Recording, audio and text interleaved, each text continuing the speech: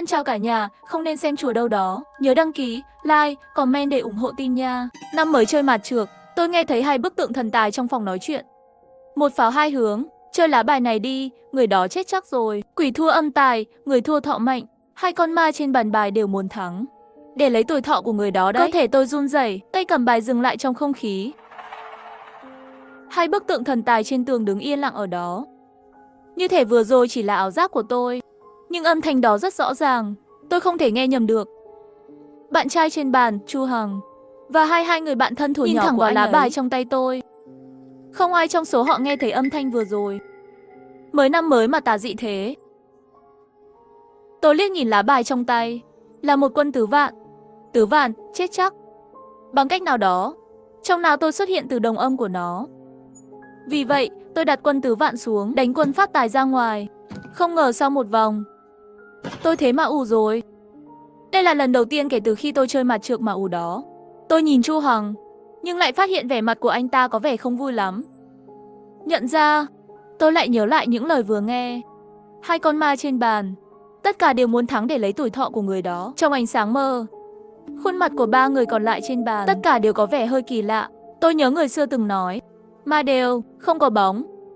Tôi từ từ cúi xuống nhìn dưới bàn. Dưới mặt đất, bóng của ba người bọn họ đều có thể nhìn thấy rõ ràng. Tôi thở phào nhẹ nhõm, trong lòng thầm mắng mình vài câu. Lúc này tôi lại nghĩ, thông thường ma sẽ hiển nguyên hình trong gương. Nhưng ở đây không có gương. Tôi bỗng nhiên nghĩ đến chụp ảnh cũng được. Chờ đã, tôi sẽ chụp ảnh cho chúng ta. Kỷ niệm lần đầu tiên tôi chơi mặt trược, tôi cầm điện thoại lên và bước sang một bên, ngồi xổm xuống và chụp ảnh tự sướng với họ. Gần đây đã thay đổi điện thoại mới, chụp ảnh của Nhiên rõ ràng hơn. Mọi người mua cái mới cái cũ đều xử lý như vậy. Chiếc iPhone 13 của tôi tìm đến MIB chuyển để thu hồi hơn 3.200 tệ. Nhà họ giá cả hợp lý, gửi tiền nhanh và dứt khoát. Bây giờ chuyển không chỉ nhận điện thoại di động, ngay cả các thiết bị máy tính như cát, đồ họa máy chủ. Ngoài ra còn có các mặt hàng xa xỉ như túi Envy và đồng hồ có thể tái chế. Lợi dụng cái cũ còn đáng giá, nhanh chóng tìm chuyển tái chế là được rồi. Tôi đã xem kỹ ảnh. Có cái bóng, hình như tôi nghĩ quá nhiều rồi. Nhưng không ngờ khi tôi xáo bài, vừa rồi âm thanh đó lại xuất hiện. Tôi nghe rõ, âm thanh chính là từ tranh thần tài truyền đến. Hesi, thật tiếc là chúng ta không thể lên tiếng nhắc nhở cô gái này. Chỉ hy vọng cô ấy có thể sớm phát hiện ra có gì đó không ổn thôi. Bàn âm mộc, bài xương người. Một khi vào quỷ ngục sẽ không ra được. Trong quỷ ngục, quỷ đều không khác gì người bình thường. Một cô bé bình thường, làm sao có thể nhìn ra được? Nói cũng đúng.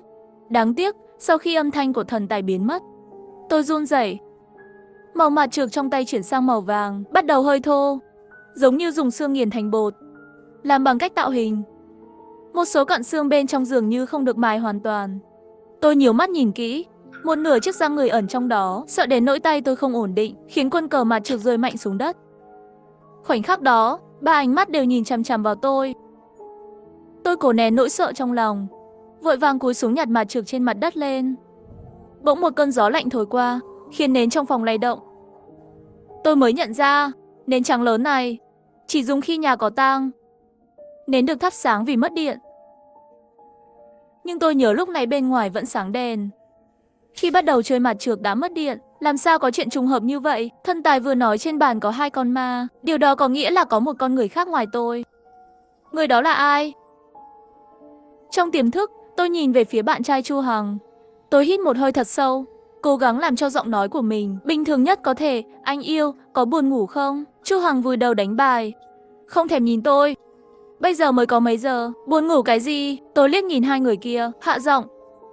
Em buồn ngủ quá, nếu không chúng ta về nhà nghỉ ngơi đi. Bình thường em không ngủ muộn vậy đâu, mới chơi bao lâu thì lại buồn ngủ rồi. Chơi vài vòng nữa, năm mới đừng làm mất vui.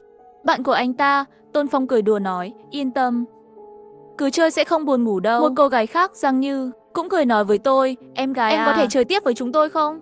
Thật không dễ dàng tụ tập với nhau. Cả hai rõ ràng đều mỉm cười, nhưng trong mắt tôi lại có vẻ rất đáng sợ. Trái tim tôi hẫng một nhịp, đứng lên liền đi kéo Chu Hằng. Chu Hằng, em không khỏe, anh đưa em đến bệnh viện đi. Không phải vừa rồi vẫn ổn sao? Em không giả vờ phải chứ? Không phải chứ, anh nói này, qua năm mới, em đừng có gây sự được không? Thật không dễ dàng để lập đội chơi, bỏ xuống cái tính cách con nhà giàu đấy của em đi. Tôi vừa vội vừa tức giận. Chu Hằng, cuối cùng, em hỏi anh một câu nữa, anh đừng chơi nữa được không? Chu Hằng không để ý đến tôi, một khuôn mặt âm trầm, ở đó tự đếm bài. Mỗi lần cãi nhau, anh ta chỉ cần bày ra bộ dạng này, lạnh nhạt với tôi. Cuối cùng vẫn là tôi ngoan ngoãn lấy lòng anh ta. Nhưng lần này khi đối mặt với nguy cơ sinh tử, tôi thực sự không muốn dây dưa với anh ta nữa. Tôi quay người, không chút do dự bước tới cửa. Nhưng ngay khi tôi bước đến cửa, phía sau truyền đến 3 tiếng hét to, Mặc Ngư, cô không thể đi. 3 người họ nhìn chằm chằm vào tôi. Một câu, đồng thanh hét lên câu này. Lông tơ tôi dựng đứng, đầu cũng không dám quay lại, bước tới cửa. Nhưng lúc này, thần tài im lặng hồi lâu, lại lên tiếng, Hesi. Ra ngoài thì cô ấy chết chắc, trò chơi còn chưa kết thúc, còn dám ra khỏi ngục ma. Hồn phi phách tán là điều tất nhiên. Chân tôi đang lơ lửng trong không khí, tình thế tiền thoái lưỡng nan. Chơi mặt trược ở nhà, vừa tự sờ một quân, tôi nghe thấy thần tài trong nhà nói chuyện. Ra ngoài là chết, tiếp tục đánh nữa, chắc chắn tôi cũng sẽ chết. Bởi vì trước hôm nay, tôi không biết chơi mặt trược. Khi tôi không biết phải làm gì, Giang Nhu đi tới với nụ cười trên mặt. Cô ta nắm tay tôi đánh trống lảng, em gái à. Mặt em trắng quá, chắc là kỳ sinh lý sắp đến rồi. Chúng ta đi uống nước nóng làm ấm dạ dày nhé. Nói xong, cô ta kéo tôi vào trong nhà. Sau khi vào phòng, sắc mặt Giang Nhu lập tức trở nên nghiêm túc. Chúng ta gặp phải một vụ cá cược ma. Trò chơi vẫn chưa kết thúc. Nếu vừa rồi cô đi ra ngoài chắc chắn sẽ chết. Tôi ngạc nhiên. Chẳng lẽ Giang Nhu không phải là ma? Nếu không thì làm sao cô ta có thể nói với tôi những thứ này? Vừa rồi tôi đi tìm kiếm thông tin của Tôn Phong. Và đoán xem tôi tìm thấy gì. Cô ta đưa điện thoại cho tôi. Trên đây là một tin tức. Một anh trai giao hàng bị tài xế say rượu vượt đèn đỏ tông trúng, chết tại chỗ. Trong tin tức, khuôn mặt của anh trai giao hàng máu me, nhưng vẫn có thể dễ dàng nhận ra đó là Tôn Phong. Tôn Phong chắc chắn là ma. Cực ma cần 2 con ma 2 mới có thể mở. Và con ma kia chắc chắn là Chu Hành. Tôi hỏi cô ta, cô có bằng chứng gì? Có lẽ con ma kia là cô cũng có thể. Giang Như cười lạnh, nếu tôi không đoán sai. Cô vốn không biết chơi bài phải không? Và bình thường một khi cô tiếp xúc với những thứ liên quan đến chơi bài, Chu Hằng cũng sẽ tìm mọi cách để ngăn cản cô. Tôi suy nghĩ cẩn thận, trái tim bỗng hẫng một nhịp. Lúc mới gặp Chu Hằng, anh ta hỏi tôi mấy lần có biết chơi bài không. Một lần, tôi lướt vào phòng live stream mặt trược trên điện thoại di động. Tò mò, tôi nhìn một lúc. Sau khi bị Chu Hằng nhìn thấy, anh ta nhanh chóng cướp điện thoại của tôi, đập vỡ.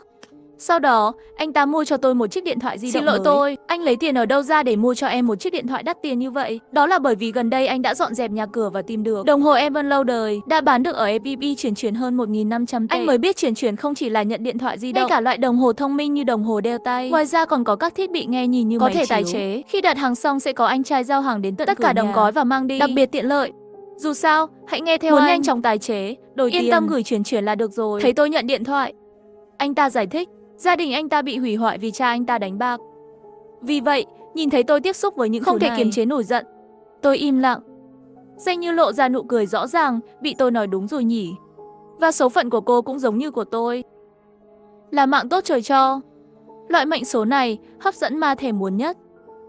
Cho nên Chu Hằng mới tìm được cô, đưa cô đến trò chơi ma. Anh ta với Tôn Phong vừa gọi cô, cũng là sợ sau khi cô đi ra ngoài linh hồn sẽ tan biến. Họ không thể cược thắng được mạng của cô nữa. Nghe đến đây, tôi đã có chút tin tưởng Giang Như rồi. Từng lời cô ta nói đều phù hợp với hoàn cảnh của tôi. Vậy chúng ta phải sống như thế nào? Trước đây tôi đã nghe những người già trong làng nói về tình huống này. Trong trò chơi ma, con bài của con người là dương thọ và con bài của ma là âm tài. Đã từng có rất nhiều người vì phát tài đi đến trò chơi cực này, hầu hết đều thua lỗ, dương thọ biến thành xác khô. Có người đã nghiên cứu cách giải mã. Đó là 2 người sống trong vụ cá cược hợp tác với nhau. Để đối phương thắng, thắng thua giữa người sống sẽ không mất gì cả. Nếu chúng ta có thể hợp tác với nhau, không những không mất đi tuổi thọ, mà còn có thể phát tài. Nghe đến đây, mắt tôi sáng lên, suy nghĩ dao động. Bởi vì tôi cũng nghe nói có quỷ đến tặng tiền. Câu chuyện làm người ta giàu sau một đêm. Hơn nữa sức khỏe của mẹ tôi không tốt, phẫu thuật cần rất nhiều tiền. Nếu có thể thắng 2 con ma trên bàn, vậy chi phí phẫu thuật sẽ được giải quyết. Nhưng với kỹ năng của tôi, làm sao có thể thắng những con quỷ có 100 năm kinh nghiệm đây? Giang Như nhìn thấy sự lo lắng của tôi, cô ta vỗ vai tôi, yên tâm. Tôi rất tự tin vào kỹ năng chơi bài của mình. Và bởi vì cô không biết chơi bài, họ chắc chắn sẽ mất cảnh giác, sẽ không phát hiện ra những động thái nhỏ giữa chúng ta. Miễn là cô làm theo gợi ý của tôi để chơi bài tương ứng, chúng ta sẽ thắng. Sau khi trò chơi kết thúc, tiền trúng thưởng, chúng ta 50/50. Tôi phấn khích đưa tay ra đập tay với Giang Như. Sau khi trở lại bàn, tôi làm theo dấu hiệu nhỏ của Giang Như. Mỗi khi người khác lắng nghe, chơi bài tương ứng, để cô ta ủ trước. Không qua bao lâu, sắc mặt của Chu Hằng và Tôn Phong bắt đầu khó coi. Bỗng nhiên, thân tài nửa ngày không động tĩnh lại lên tiếng. Lần này giọng nói của họ rất nhanh. Sao lúc nào cũng cho con nữ quỷ này thắng bài vậy? Thua thêm một lần nữa, dương thọ của cô ấy sắp cạn rồi. Sợ đến nỗi tay tôi run lên, đặt lá bài bên cạnh lá bài của Giang Như, đẩy ra ngoài. Chưa đợi tôi phản ứng lại, Tôn Phong cầm lá bài đó đi. Mỉm cười hai tay giơ lên. Rồi, tôi nhìn về phía Giang Như. Mặc dù sắc mặt cô ta vẫn như thường, nhưng đáy mắt lại có sự thay đổi. Theo quy tắc đã thỏa thuận trước đó, một pháo thua một nhà, tự mặc thắng 3 nhà. Cho dù tôi để Tôn Phong thắng, cũng không ảnh hưởng đến Giang Như. Đáy mắt của cô ta, tại sao lại có án niệm chứ? Chẳng lẽ cô ta thật sự là ma? Tuổi thọ của tôi thật sự đã hết rồi sao? Chơi mặt trược ở nhà, vừa tự sờ quân cờ, tôi nghe thấy thần tài trong nhà nói chuyện. Khi tôi không biết phải làm gì, giọng nói của thần tài lại vang lên. Cách duy nhất bây giờ chính là đi vào tủ quần áo ở phòng trong cùng, tìm thấy thi thể của 2 con ma đó, cắn ngón áp út, nhỏ máu lên đó, gọi tên mình 99 lần. Điều này có thể làm cho linh hồn của họ tan biến, đến lúc đó quỷ ngục cũng tự tiêu tán. Đáng tiếc cô ấy không nghe thấy. Hesi không nói nữa, âm thanh biến mất. Tôi như một người chết đuối nằm lấy ngọn cỏ cứu mạng. Tôi giả vờ với một khuôn mặt khó chịu và che bụng. Tôi phải đi vệ sinh. Nhanh lên, em nhiều trò quá đấy. Tôi đến căn phòng sâu nhất. Mở cửa tủ quần áo, 2 cái xác ướp khô xuất hiện trước mắt. Tôi sợ hãi, cắn ngón áp út, nhỏ máu lên người họ, bắt đầu đọc tên của mình. Ngay khi tôi đọc đến lần thứ 87, một đôi tay to từ phía sau che miệng tôi. Đừng đọc nữa, nếu đọc tiếp sẽ chết ngay. Là giọng của Chu Hằng. Tôi liều mạng tránh thoát.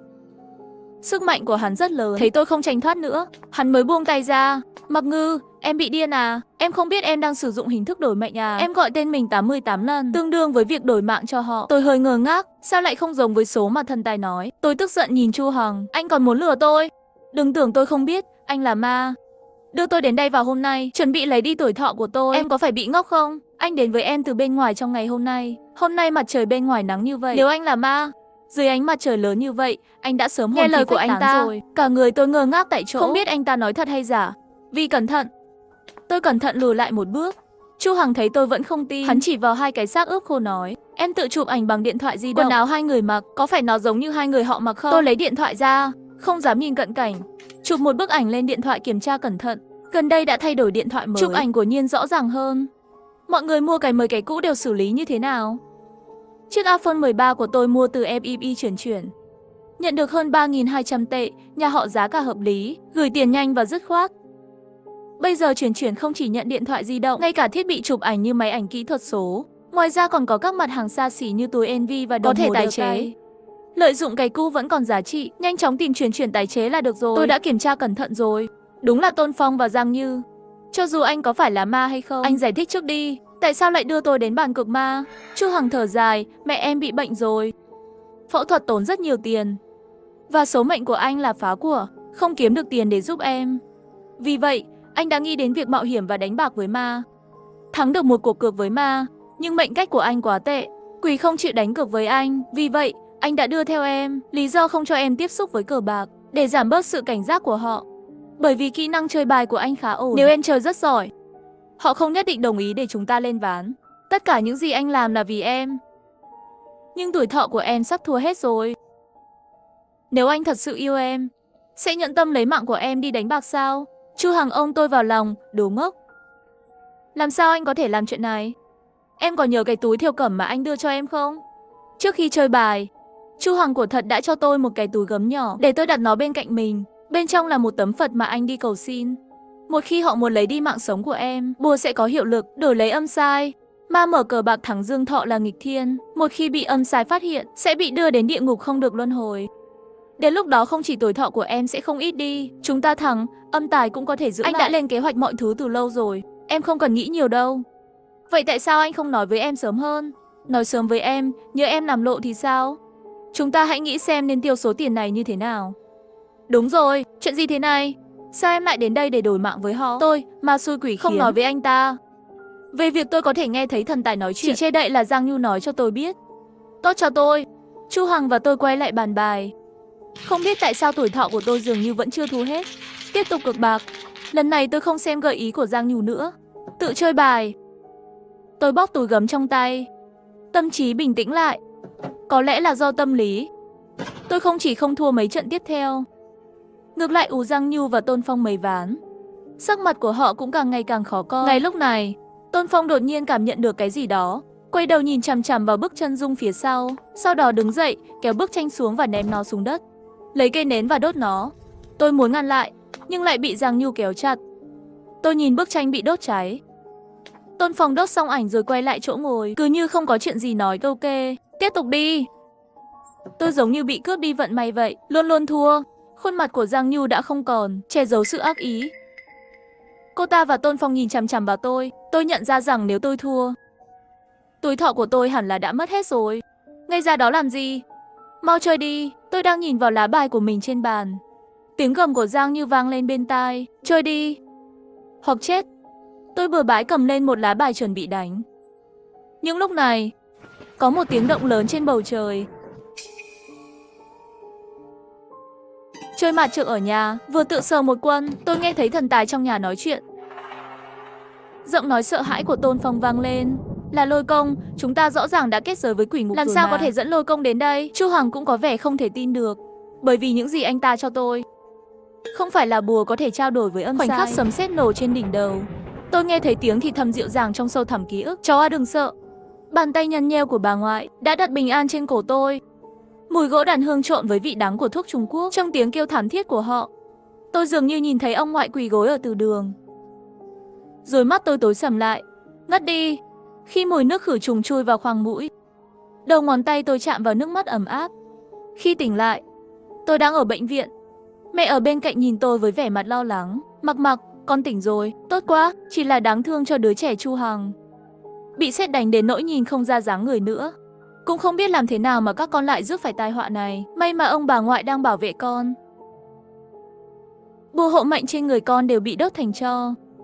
Mẹ lấy ra bùa hộ mệnh đã cháy thành tro, đưa cho tôi nắm chặt bùa hộ mệnh. Nước mắt rơi xuống, mẹ bị bệnh nặng, thật không dễ dàng để chờ đợi một đợt cấy ghép phù hợp. Nhưng ngay cả khi tôi làm 3 công việc một ngày, vẫn không đủ tiền để phẫu thuật cho mẹ. Khi tôi còn học tiểu học, ông bà ngoại đều mất. Mẹ tôi đã làm việc rất vất vả để nuôi tôi đi học. Tôi không ngờ khi tôi có thể hiếu thuận với bà ấy lại bị bệnh. Cũng chính lúc này, Chu Bằng tìm đến tôi. Anh ấy là đồng nghiệp mới của công ty tôi. Hắn đuổi theo tôi rất lâu, cũng tốt với tôi. Khi tôi không có ai để dựa vào, anh ấy luôn ở bên tôi. Còn đi mượn tiền cho mẹ tôi đi khám bệnh. Lúc đầu tôi không muốn liên lụy đến anh ấy, nhưng dưới sự kiên trì của anh ấy từng ngày, tôi đã thỏa hiệp. Dưới sự chứng kiến và chúc phúc của mẹ, tôi với anh ấy ở bên nhau rồi. Tôi hoàn toàn tin tưởng anh ấy, tôi yêu anh ấy. Nhưng khi anh ấy làm rơi vỡ điện thoại của tôi, khuôn mặt dữ tợn của anh ấy giống với cha tôi. Khi tôi còn nhỏ, bố tôi đánh mẹ tôi. Chính là cái nhìn này. Thật không dễ dàng, bố uống rượu say chết rồi. Mẹ và tôi mới thoát khỏi cái gia đình địa ngục đó. Tôi sợ. Khi tôi thu dọn đồ đạc để rời xa anh ta, tôi đã khám phá ra bí mật của hắn. Tôi quyết định làm theo kế hoạch. Tôi sẽ đặt cược. Nếu tôi thua thì sao? Tôi có thể chết với mẹ. Tôi không sợ. Nhưng nếu tôi thắng, tôi có thể cứu mẹ. Chu Hằng đưa tối theo cho tôi, không phải là bùa có thể gọi âm sai tới, mà là bùa mượn mạng. Hắn bắt đầu bằng cách mượn tuổi thọ của tôi để chơi ván bài này. Và những gì tôi mang theo bên mình cũng không phải là túi cẩm Chu Hằng đưa cho tôi. Tôi biết ngay từ đầu anh ta không có ý tốt. Khi chúng tôi đi ra ngoài, tôi sẽ tìm cớ để vào phòng vệ sinh, lấy cái túi cẩm anh ta đưa cho tôi, đổi thành lá bùa bảo vệ mà ông bà ngoại cầu cho tôi. Điều duy nhất Chu Hằng không lừa tôi chính là quỷ mở ra ván bài âm dương thọ là nghịch thiên mà đi. Một khi bị âm sai phát hiện, sẽ bị đưa đến địa ngục vô gian. Cho dù là người hay ma trong quỷ ngục, hắn sẽ không sao cả. Số tiền âm mà anh ta thắng cũng sẽ được giữ lại. Sau này tôi mới biết anh ta chẳng có cực ma gì cả. Từ đầu đến cuối chính bản thân anh ta mới là cực ma. Thẻ của Chu Hằng thực sự khá nhiều. Số tiền anh ta thắng cũng đủ để tôi trả tiền cho mẹ tôi để phẫu thuật. Sau khi mẹ khỏe mạnh xuất viện, mẹ tôi và tôi đến mộ của ông bà ngoại. Ông bà ngoại, cháu biết các người luôn bảo vệ cháu. Mẹ và cháu đều sống sót rồi ạ.